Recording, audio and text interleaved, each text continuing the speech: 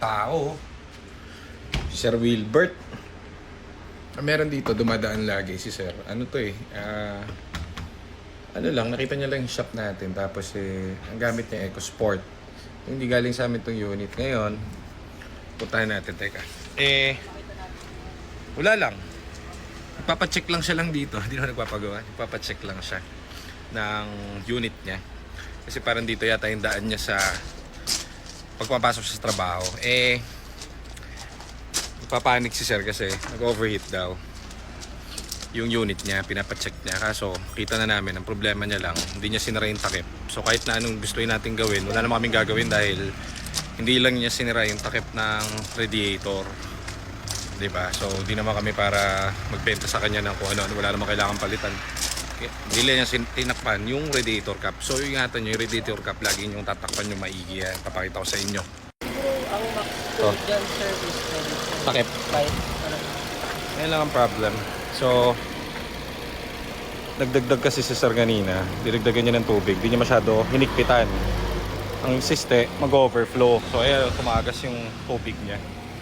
So, mga basic na pag ganyan, huwag kayo magpanik. Kahit na dalhin nyo rito yan para ipa-repair. Wala naman kami i-repair kasi sisikipan mo lang yung takip. Kaya tinuturuan ko kayo sa video para di na kayo gumastos. Wala naman kami re-repair doon, wala rin papalitan doon. Sabi niya, tatakot daw siya mag-overheat. Hindi niya lang talaga sinara yung takip. Okay, so ganun lang yun. Galiin yung isa maigi yung takip ng inyong units. Okay, kasi pressurized yan. Kapag may singaw yan, mag-overflow talaga yung tubig niya. Init. So, alam niyo naman, mabait ako nung isang araw. Pagka-post ko ng Montero, sino ba yung bumili sa atin? Si Serbian Mars. Serbian Mars, tiga Albay. Long range pa yan, tiga Albay. So, sold na yung Monty natin. Hindi na namin ginagamit. Kasi papadala to, nakapila to sa Big Birds. So, Big Birds is pinakamatinding detailing center dito sa amin. Doon kami lagi nagpapa-detail. Si Aljon kasi may mga detailing pa. So, diba John? Yung marami yung pila ng EcoSport natin dito i-detail. Kaya, bukas na kasi kukuhanin tong Montero. Kaya, doon na lang namin dadalhin sa, sa pangdiinan na detailing. Tututor ko kayo. Taka. Ito yung Montero natin. Nabili agad ni Sir Bien. Itong Monty na to, kung makikita nyo, ito yung binili namin ng nakaraan. So, as I've said, hindi kami magmamagaling sa ibang unit.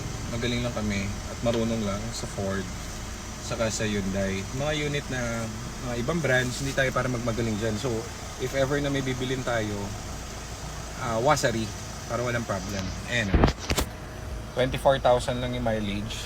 Pristine lahat. Manual to guys, pero yung condition nito, talagang tignan mo naman, plastic pa.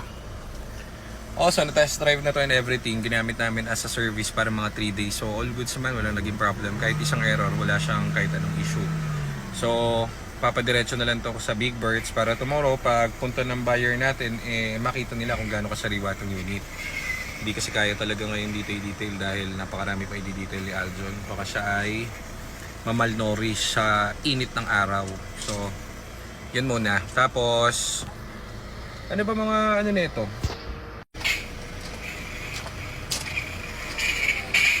So, yun si Mark Yakis. Ano yun? Kaway niya yung misis niya. Kaya medyo parang siya. Tuliro. Walang tunog oh. Ganda na shifting. Lamig ng aircon. Ay, swerte. Actually, ito gusto ko. Kaso lang,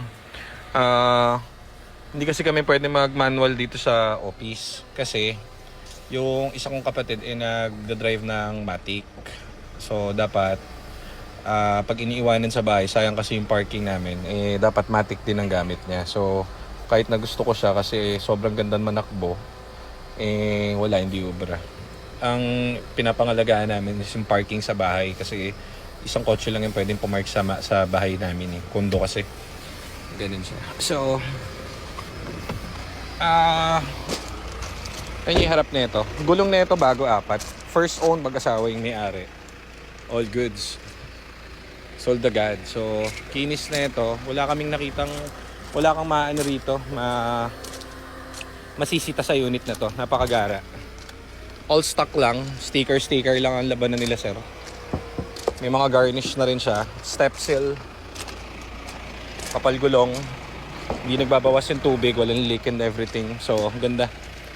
May small dent lang siya rito. Ito, yun lang. Maliban doon, makinis. So, yan. Sold na to from Albay. Hintayin natin sila, sir, bukas. Tapos, ano pa ba? Si Sir Wilbert, yun nga yung EcoSport, ay pumayag. Gusto niya may gagawin kami, kaso nga wala talaga tayong gagawin. At nakalimutan niyo lang yung takip ng ng reservoir. Tapos may pa nagpa-repair sa atin ito. Modelo na 2018 na EcoSport. All goods ito. So, release na natin siguro tomorrow. Kay Sir Jojo ito.